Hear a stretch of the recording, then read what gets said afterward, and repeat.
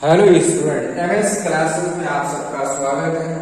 आज हम लोग जो है कक्षा 10 का एनसीईआरटी गणित अध्याय 5 जो समांतर श्रेणी पर आधारित है उसमें से प्रश्नावली 5.3 का तीसरे से आज हम लोग जो है तीसरा जो प्रश्न है उसमें से चौथे क्वेश्चन से शुरू करने जा रहे हैं। क्योंकि इस प्रश्न में कई सारे 10 प्रश्न दिया गया है। 3 प्रश्न मैंने पिछले लेक्चर में आप लोग को बताया है और अब आगे के प्रश्न जो है इस लेक्चर में हम लोग करने वाले हैं। अब देखिए हमारा क्वेश्चन कितना क्या दिया है क्वेश्चन में और किस तरीके से क्वेश्चन हल होगा ये देखिए यहाँ पर। तो सबसे पहले क्वेश्चन में हमारा जो दिया है वो a3 बराबर दिया है कितना हमारा 15 और क्वेश्चन में s10 लिखा है कि 125 और क्वेश्चन करें कि d का मान निकालिए फिर a10 का मान निकालिए। ऐसा क्वेश्चन में कह रहा है। बहुत ही इंटरेस्टेड क्वेश्चन है, बहुत ही अच्छा क्वेश्चन है। देखिए कैसे हम लोग इसको ज्ञात करेंगे तो इसमें हम लोग को बनाना पड़ेगा समीकरण। अब उसी चीज को देखना कि कैसे बनेगा। अब देखो यहाँ से a जो 3 दिया है इसको हम लोग क्या लिख सकते हैं कि a प्लस 2d बराबर 15 और इसको बना लो समीकरण नंबर 1। यहां से पहला चीज हो गया। अब देखो s10 को ले रहे हैं हम लोग यहां पर। s10 बराबर क्वेश्चन में दिया है कितना 125 ये दिया है। अब देखो यहां पर इसका मतलब ये कि n का मान 10 है, ठीक है ना। यहां पर n का मान क्वेश्चन में 10 रखा जाएगा। कहां से? वो यहां से। फॉर्मूला इसके लिए अगर बनाएंगे तो n के बटा में 2 और यहां पर है 2a plus n-1 into d बराबर 125। n का मान रखिए यहां पर कितना 10 तो 10 रख दो। 10 के बटा में 2 a का मान नहीं दिया है, ज्ञात करना है हम लोग को। d का भी मान ज्ञात करना है और a का मान यहां पर भी रख देंगे 10 माइनस a इंटू डी बराबर यहां पर रहेगा हमारा 125। ये तो इससे कट जाएगा 5 आ जाएगा। यहां पर हो गया कि 5 और यहां पर 2 प्लस यहां पर कितना आएगा 9d बराबर 125 और यहां से देखो कि 2 प्लस 9d बराबर यहां पर 125 के बटा में 5 हो जाएगा। क्या है यहाँ 5 गुणे में इधर जाएगा तो क्या हो जाएगा बटे में हो जाएगा। तो ये इससे कटेगा और कितना हो जाएगा हमारा ये 25 आ जाएगा। तो यहाँ पर हम लोग को 2a प्लस 9d बराबर जो 25 है इसको बना लो समीकरण नंबर 2। जब 2 समीकरण बन गए हमारे, अब हम लोग क्या करेंगे दोनों समीकरण को हल करके जो है हल करके a और d का मान हम लोग निकाल लेंगे, ठीक है ना।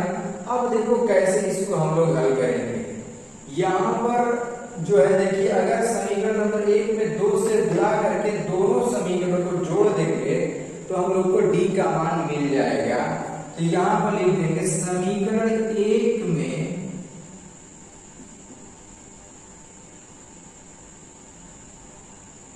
2 से गुणा करने पर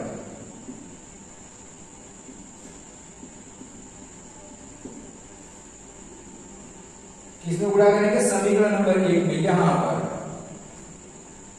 क्या है 2 प्लस 4d बराबर यहां पर हमारा कितना 30 हो जाएगा। 2 से गुणा करेंगे तो पूरे समीकरण में गुणा होगा, दोनों पक्षों में गुणा किया जाएगा।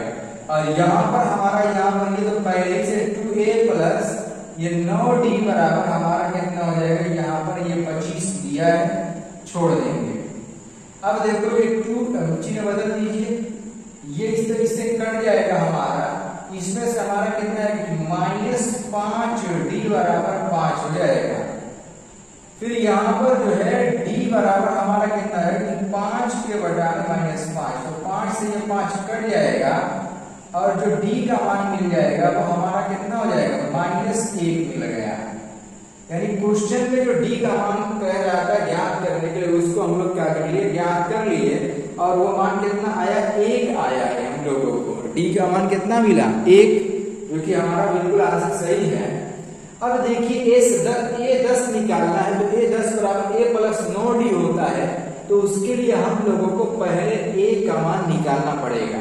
तो हम लोग क्या करेंगे, डी का मान यदि अगर समीकरण 1 में या समीकरण नंबर 2 में रख ले तो हम लोग को डी का मान मिल जाएगा। तो हम लोग क्या कर रहे हैं, समीकरण जो डी का मान है समीकरण नंबर 1 में रख करके ए का मान निकाल लेंगे। हम लिखेंगे डी का मान समीकरण 1 में रखने पर, अब देखो यहां पर हो जाएगा कि a प्लस 2 गुणे माइनस 1 बराबर 15। यहां पर हो जाएगा a माइनस 2 बराबर हमारा हो जाएगा 15। तो यहां से a बराबर कितना आ गया, 15 माइनस 2। तो a का मान हम लोगों को जो मिला वो कितना मिल गया, वो हो गया हमारा 13। यानी a का जो मान हम लोगों को प्राप्त हुआ वो 13 आ गया। अब इसके बाद हम लोग क्या करेंगे, हम लोग को a10 निकालना है। a10 के लिए फॉर्मूला हो जाएगा कि a10 बराबर a प्लस कितना हो जाएगा हमारा 9d। ये हमारा फॉर्मूला होता है सिंपल वे में, a प्लस 9 a10 बराबर a प्लस 9d। दोनों का मान रख दीजिए और आंसर आप लोग का बिल्कुल आसानी के साथ प्राप्त हो जाएगा। देखो a10 बराबर हमारा हो जाएगा, a का मान कितना है 13, तो यहाँ पर 13 रख दीजिए, फिर प्लस 9 गुणे डी का मान कितना है -1 है। कहां से, यहाँ से देखिए डी का मान कितना है -1 है। तो यहाँ पर हमारा आंसर आ जाएगा कितना, a10 बराबर 13 माइनस 9 और a10 बराबर हम लोग को मिल जाएगा कितना, 4 मिल जाएगा। यानी हमारे जो a10 यानी जो 10वां पद आएगा उसका जो आंसर आएगा वो कितना आएगा, वो 10 आता है, 10 का 4 आएगा इसका आंसर। इस तरीके से जो है इसको सॉल्व किया जाएगा। उम्मीद करता हूं कि ये वाला जो क्वेश्चन थोड़ा सा बड़ा तो है लेकिन बहुत अच्छा क्वेश्चन है, पेपर के हिसाब से बहुत ही अच्छा क्वेश्चन है। एक इसका स्क्रीनशॉट लीजिए, इसके बाद हम लोग इसका जो है 5वां वाला प्रश्न शुरू करते हैं। देखिए इसका 5वां पार्ट जो है वो क्या कह रहा है, उसमें क्वेश्चन में दिया है डी का मान 5 है, एस 9 पदों का योग दिया है 75। क्वेश्चन कह रहा है कि इसमें से ए निकालो पहले और a9 भी निकालो। दो चीज निकालना, a निकालना और a9 यानी 9वां पद निकालना। a9 का मतलब होता है 9वां पद, ये चीज ध्यान देना। देखिए क्वेश्चन में जो दिया सबसे पहले उसे लिख लो। डी का मान क्वेश्चन में दिया 5 और s9 का मान दिया है 75। और देखो ये जो 9 है यही हमारा n का मान है, कितना 9। अब यहां से a को हम लोग आसानी के साथ ज्ञात कर सकते हैं। जब a निकल जाएगा तो हमारा a9 भी निकल जाएगा, क्योंकि a9 बराबर a प्लस 8d हो जाएगा फॉर्मूले के अकॉर्डिंग। तो यहाँ पर d तो दिया है लेकिन a नहीं दिया है, a इसी फॉर्मूले से हम लोग निकालेंगे। देखिए s9 बराबर हमारा क्वेश्चन में दिया है जो वो कितना है 75 है। और Sn का फॉर्मूला हमारा क्या होता है, वो देखिए यहाँ पर कि n के बटा में 2a plus n minus 1 into D. और यहाँ पर जो है इसका मान एक तरीके से 75 हम रख दे रहे हैं, या एक तरीके से ये कह लो कि ये Sn है, ठीक है। ये हमारा क्या है Sn। अब देखो n का मान कितना 9 है, यहाँ पर 9 रख दो, यहाँ पर n का मान कितना, सब जगह n का मान 9 रख दो, तो 9 के बटा में 2, a का मान इसी से ज्ञात हो जाएगा, तो 2a, n का मान कितना 9 माइनस 1 और d का मान देखो यहाँ पर कितना है तो 5। और s9 का मान कितना हमारा 75। क्यों s9 हम लोग लिख रहे हैं, क्योंकि हर जगह n का मान जो है 9 रखे तो यानी s9 यहाँ बनेगा, तो s9 का मान कितना है 75 है।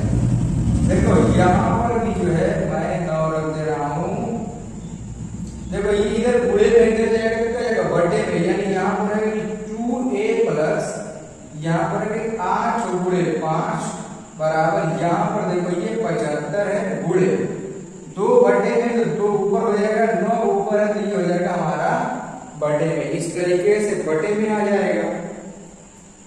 अब इसको कैसे हल करेंगे, तो यहाँ पर ये हो जाएगा कि 2a प्लस 8 मुझे 40 बराबर, देखो ये 3 से कट जाएगा, 3 3 के 9 और यहाँ पर रहेगा हमारा 25, 25 गुना हो जाएगा ये 50 के बटा में 3।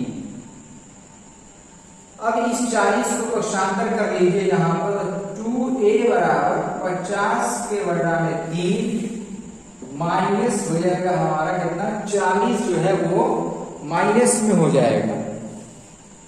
अब देखो यहां से जो है लॉसा ले लेंगे 3, तो यहाँ पर 3 85 आ जाएगा, यहाँ पर 4 के 12 120 हो जाएगा। आप लॉसा लेना आता होगा, 1 से जो 3 को डिवाइड करेंगे, फिर 3 पहले 40 से मल्टीप्लाई करेंगे, 120 हो जाएगा। अब देखो यहां से 2a बराबर 120 में से 50 को माइनस कर लीजिए, कितना आ जाएगा, तो यहां पर हमारा हो जाएगा 70 के बटा में 3, ये भी माइनस में आएगा, तो इधर गुणे में इधर आएगा तो बटे में हो जाएगा, माइनस 70 के बटा में 3 गुणे 2, इससे काट लेंगे तो ये हमारा कितना मिल जाएगा 35, यानी a का जो मान आया है माइनस 35 के बटा में 3, a का मान कितना मिलेगा हम लोगों को, तो माइनस 35 के बटा में 3 हम लोगों को a का मान मिल जाएगा। अब इसमें से हम लोगों को किसका मान निकालना है, a9 निकालना है, क्या a9 कैसे निकलेगा, a प्लस 8d फॉर्मूला लगाएंगे, a का मान देखो यहां पर दिया है माइनस 35 के बटा में 3 प्लस 8 गुणे d का मान कितना है 5 है, यहाँ 5 रख देंगे,